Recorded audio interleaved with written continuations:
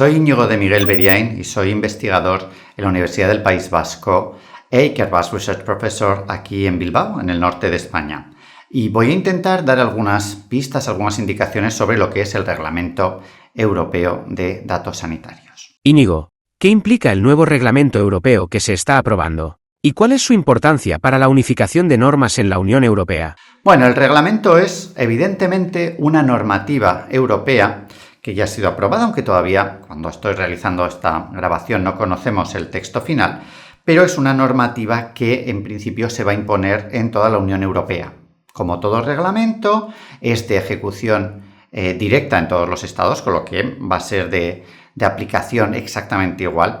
Y esta precisamente es uno de los motivos por los que se ha aprobado esta nueva normativa.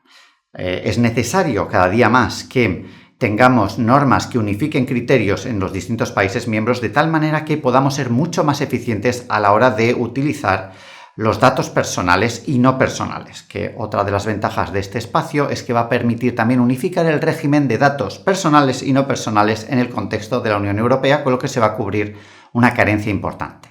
¿Y cuál es la importancia de los datos, según la filosofía del Reglamento de la Unión Europea? Sí, la filosofía de fondo del reglamento es fácil de entender. Lo que la Unión Europea intenta transmitir es una idea sencilla. Tenemos algo que es absolutamente esencial, que son datos, muchísimos datos. Los datos a día de hoy todos sabemos que son algo muy valioso, son riqueza. Entonces, cualquier tipo de instrumento que permita utilizar esa riqueza es algo que debemos intentar desarrollar. Tenemos de alguna manera que conseguir poner en movimiento lo que ahora mismo constituye un activo fundamental. En la Unión Europea hay muchísimos datos personales y no personales que, utilizándose de una manera correcta, pueden dotarnos de grandes ventajas en el futuro. Así que el reglamento se ha aprobado, entre otros motivos, para conseguir lograr ese objetivo de empezar a obtener beneficios. Según tu opinión, ¿cuál crees que es el principal reto a afrontar a la hora de tratar los datos de los que estamos hablando? Bueno, el reto evidente que tenemos que afrontar es cómo conseguir este objetivo de movilizar los datos, sobre todo el tipo de datos de los que habla el reglamento de datos sanitarios, que van a ser datos de salud y datos genéticos, datos que son complejos, datos que tienen mucho que ver con las esferas íntimas de la persona, cómo conseguimos conciliar esta movilización con la defensa de los derechos e intereses de las personas. Y esto no es sencillo, porque aquí al final tenemos varios valores que pueden entrar en conflicto. Pues, por ejemplo, la necesidad de desarrollar investigación científica, la necesidad de obtener un beneficio social colectivo y la autonomía individual, que de otro lado pues puede ser uno de los valores que muchas personas van a intentar preservar a toda costa. Íñigo, ¿qué garantías introduce el reglamento para proteger los derechos e intereses de las personas cuyos datos van a tratarse? Sí, esta es un matiz interesante, porque hasta ahora lo que era la defensa de la autonomía individual muchas veces se había asociado a la necesidad de introducir el consentimiento para cualquier utilización de datos personales. Esto en realidad ya es más un lugar común, algo que creen las personas, pero no es cierto en la práctica. Es decir, no es verdad, afortunadamente, que sea necesario utilizar el consentimiento para tratar datos personales para lo que llamamos un uso secundario, es decir, para una finalidad diferente de aquella para la que se recolectaron.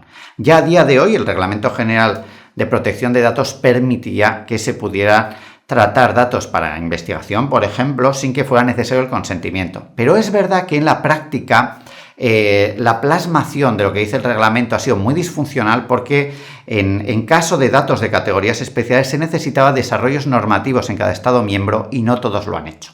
Con lo que una de las razones por las que se ha creado este espacio europeo de datos sanitarios es para dar un paso más en ese intento de conciliación entre intereses sociales y los individuales que permita superar la esfera del consentimiento como la única manera de preservar los derechos e intereses de las personas. ¿Es entonces posible prescindir del consentimiento? No, efectivamente es posible, es perfectamente posible asegurar que esos intereses están bien defendidos sin recurrir a la figura del consentimiento. Y en esto yo creo que lo fundamental siempre van a ser las garantías. Es decir, no es tan importante si una persona da un consentimiento para que se traten sus datos, como qué garantías introducimos para evitar que ese tratamiento de datos personales vaya en contra de los intereses y las libertades de las personas. Y ahí el Reglamento de Datos Sanitarios introduce varias instituciones, varias herramientas que pueden ser fundamentales a la hora de de conseguir que no se vulneren nuestros derechos e intereses. El primero de ellos, por ejemplo, es la necesidad de que en principio todos los datos que se van a tratar sean datos en los que solo se va a permitir el acceso a los datos, pero no va a haber una cesión. Es decir, si alguien quiere utilizar estos datos personales, va a poder acceder a ellos, pero no se los va a poder llevar.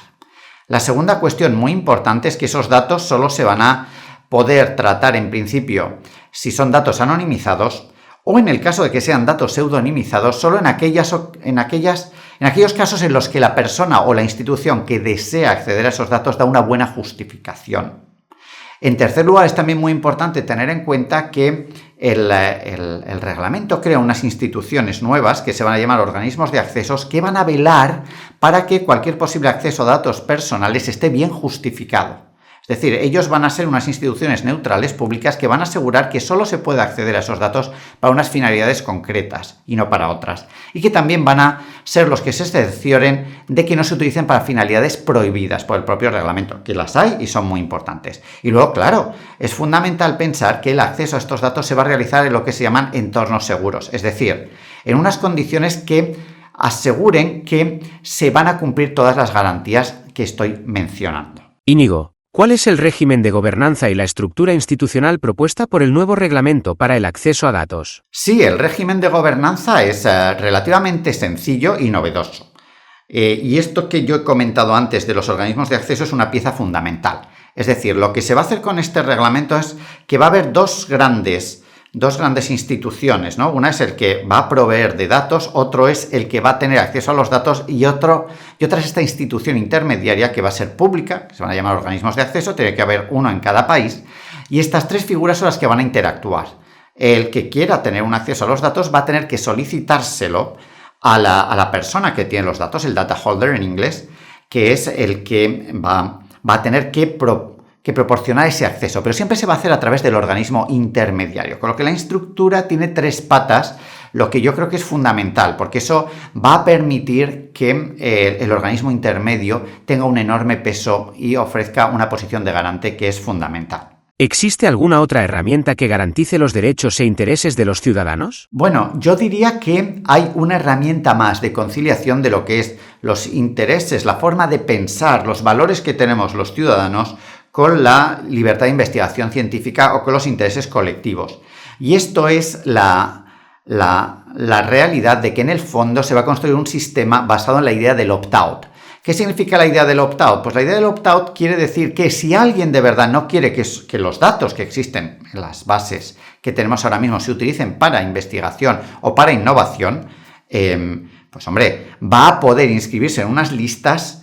Y si se inscribe en esas listas, va a quedar constancia de su voluntad de que esos datos no se utilicen para tales fines. Con lo que, en principio, sus datos ya no van a poder tratarse.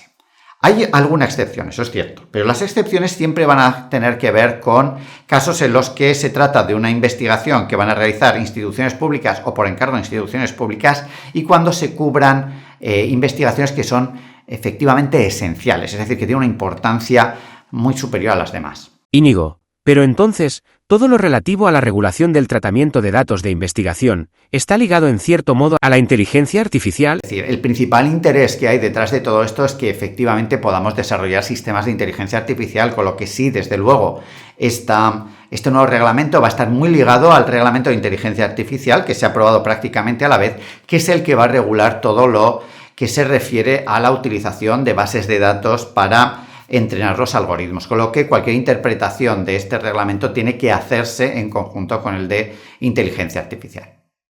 Muy bien, pues muchas gracias, un placer.